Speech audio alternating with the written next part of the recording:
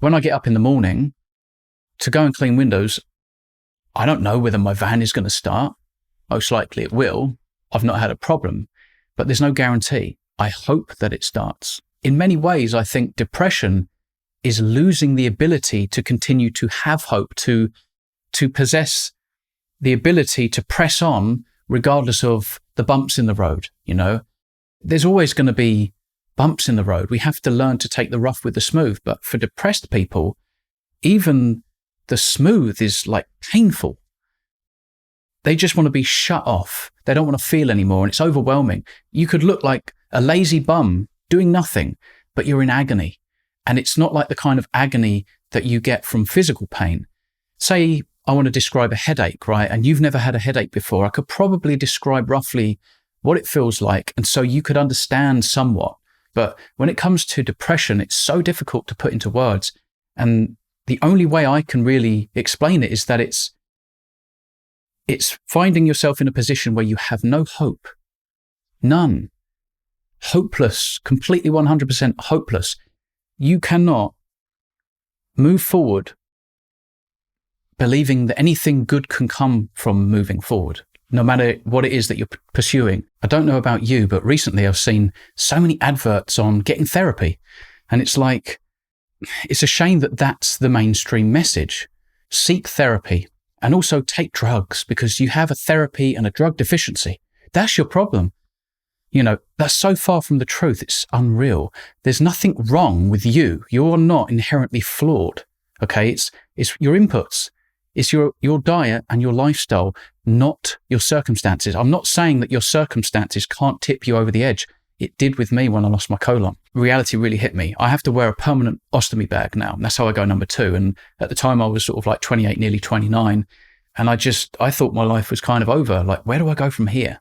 I ran out of hope, putting on a smile for my family and my friends who supported me and cared about me in many ways, just to try and put their mind at rest. Like, I'm okay. Don't worry about me, even though I definitely wasn't okay. And I thought it was all about my circumstances. But today, and for the last 3 years and 3 months or whatever it's been, I haven't been depressed. I have no anxiety. I don't have even nerves like I used to. I just feel liberated. I feel free and I feel light. And this hasn't gone. My bag is still there. I still have that exact same circumstance, if you like. That's my reality. I live it every single day. But what have I changed? How did I mitigate my depression? Well, I stumbled across an anecdote from somebody who was talking about changing their diet, removing plants, removing dairy, and that's how they managed to heal their autoimmune conditions and relieve themselves of severe depression. It just blew me away. It was enough for me to give me some kind of hope. It lifted my spirits a little bit. It made me think, perhaps this is an answer for me too. I can't even begin to tell you the difference in my personality, my mood, my outlook, currently compared to what it was like. It's just night and day. It's a cliche, but it's so true. I mean, I couldn't function. To leave the house after having a shower and achieving anything was like, oh, wow, big round of applause, because everything felt impossible. But these days, I feel like I'm living life on easy mode. And so what am I currently doing? Okay, I didn't have any therapy. I didn't take any drugs or medications.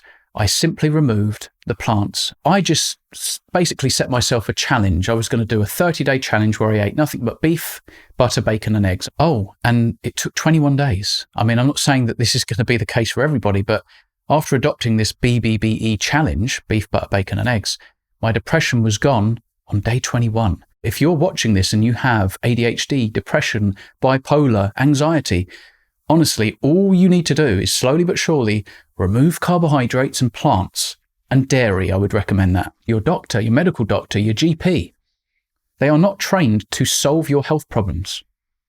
Isn't that amazing?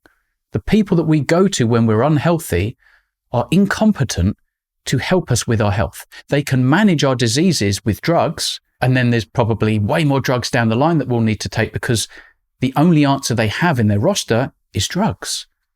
We shouldn't be ingesting anything if it's not food, appropriate food, and water, really. I mean, look, if you want to drink teas and coffees, go ahead, that's fine. But really, we should be drinking water. Food shouldn't be coming in a pack with like 100 ingredients on.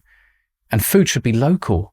It's not just about eating whole foods. That's also a lie. I'm not being funny, but if I go out there and eat a whole food that's a poisonous berry, that's not the answer. So that we need to be a bit more specific. It's not just any old whole food.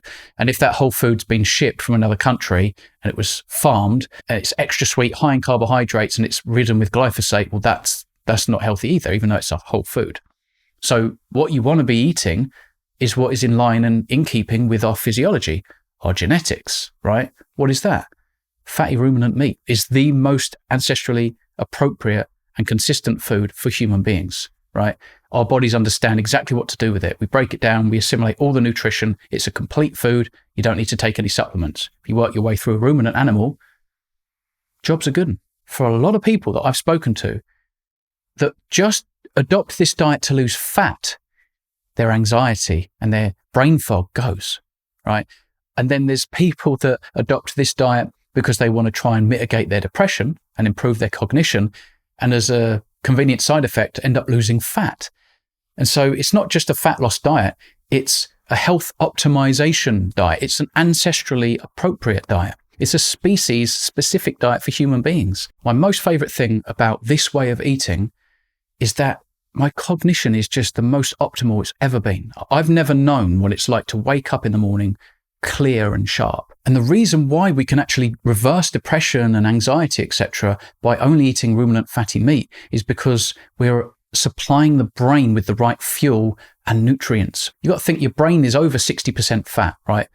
Saturated fats, cholesterol. You've got essential fatty acids like DHA that make up a large percentage of the lipids in the brain. That nutrient cannot be acquired from plants. Plants contain ALA, alpha-linoleic acid, which doesn't convert to DHA and EPA at very high rates at all. We're talking like less than 5%, you know. Many people aren't even going to be able to do it higher than 1 or 2%. And so if you think that a large percentage of the lipids in the brain are made up of DHA, well, it makes sense that we should be eating lots of DHA, right? Where do we find that? Fish, pastured eggs, ruminant fatty meat. The brain absolutely loves B vitamins, B6, folate, B9, B12, DHA, heme iron, choline. You know, where do we get these nutrients? Animal nutrition. If you're eating loads of carbohydrates, you're blocking ketogenesis, and that is going to deprive your brain of this very therapeutic ketogenic state.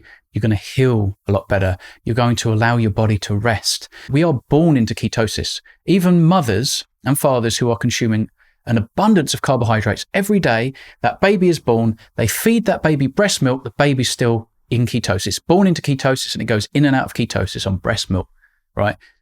That should tell you that most likely that's the condition that our body likes to be in most.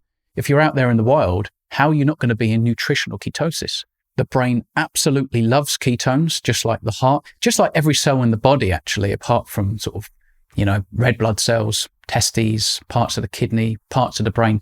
But we make all of that sugar without consuming carbohydrates. We make all of the sugar we need without ever consuming a single gram of sugar.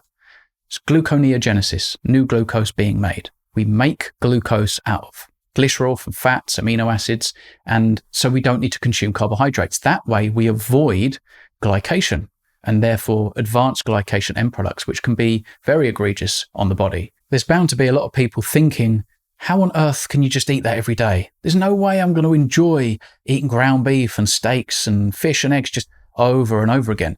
I think most people that adopt this diet felt the same way before they adopted the diet. It's kind of hard to explain, but just after a while, all you crave is red meat, steak and beef and butter and bacon and eggs. It's just going to give you the best chance at reversing any kind of health problem. Certainly cognition problems, you know, non-alcoholic fatty liver disease, type 2 diabetes. These things are very, very treatable. Autoimmunity responds miraculously, depending on the condition. Some will take longer to heal. You might be wondering about vitamin C. Well, there is actually sufficient levels of vitamin C in meat, and I'm not talking about just liver. Nope. I'm talking about the muscle meat itself. So I don't actually eat really any liver. I think I had a sliver of calf's liver about 4 days ago, and before that it was about 4 or 5 months before that. So you don't need to eat liver not to get scurvy. There's sufficient levels in muscle meat. even though Google will say otherwise, right? It's ridiculous. It's just been assumed that there's no vitamin C in meat, which is absurd. When you consume glucose or carbs that break down to glucose, it's very molecularly similar to vitamin C, and so they both compete for absorption via the GLUT4 transporter. Or when you're not consuming carbohydrates, which you're not on a carnivore diet, certainly a lion diet, then your requirements for vitamin C are actually very, very small. Who knew? And fiber, well, fiber's non-essential. It's lots of sugar we can't digest, plant bones that ends up down the toilet. So you can say goodbye to all your gas pretty much, right? You're not going to be farting and burping like you used to if you're eating loads of plants currently and you're thinking about adopting a carnivore diet. You're going to get more nutrients being absorbed because the fiber's not getting in the way of that. So just get on and enjoy your food and enjoy your life. It can be a bit lonely sometimes. When you're looking to get your health back on track, all the conflicting advice and tribal diet wars can get quite tiresome. Most people just want to feel better, simplify things and get straight answers without all the needless jargon, pseudoscience and squabbling. Over the past few months, I've been considering what it would take to create a non-judgmental online space for people who want a more ancestral, common sense approach to food and lifestyle. No rigidity, no dogma, just decent people wanting to make better choices and feel as good as ever. This is only a seed of an idea right now. I haven't built anything yet. I'm trying to work out whether there's enough interest to make it worth pursuing, which is why I'm talking to you now. This would be a community for people who are curious about carnivore, keto, low sugar living, or simply eating in a way that genuinely supports their brain and body. Think relaxed, low pressure and practical, somewhere to cut through confusion, get guidance and feel supported while you figure out what works best for you. It wouldn't be for people who want to argue about studies all day or for people who want strict ideology. It's for the open-minded ones who want clarity, momentum and results delivered in plain English. I'd bring my own experience to the table, of course. Losing my colon in my 20s taught me more about gut health than any textbook ever could. Recovering from severe depression using diet and lifestyle forced me to understand brain health on a deeper level. After years of testing and learning, I've ended up with an approach that's grounded, realistic, and human. I envision a space for like-minded people to mingle and get to know each other.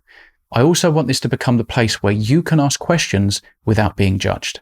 Get the support you need, share your wins, learn from others, and get guidance that actually makes sense. Light-hearted, action-focused, built around what you need. But again, this is just an idea. I'm not committing to anything until I see whether enough people want it to make it worthwhile. If there is enough interest, then I'll invite you to help shape it from the ground up as a founding member. Then founding members get two things. Number one, founding members get the lowest price this community will ever be at, and it's locked in for life. And two, you'll have a say in shaping how it works, what's included, and what it becomes. Locked in for life means that you'll pay an extra low rate that you keep forever, as long as you remain a member in good standing. Prices may rise for future members, but yours won't budge. In return for this founding members deal, all I ask is simple. If you have feedback, tell me. Let me know what's working, what isn't, and what would help you the most. Your input is how I'll make sure this becomes a community you actually love being a part of. If this sounds like something you'd like to get involved with, register your interest at the link below.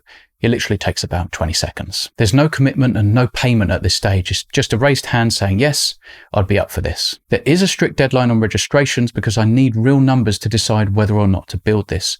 Once the deadline passes, the founding member list closes. If enough people put their hand up, I'll build it, with your guidance shaping it from day one.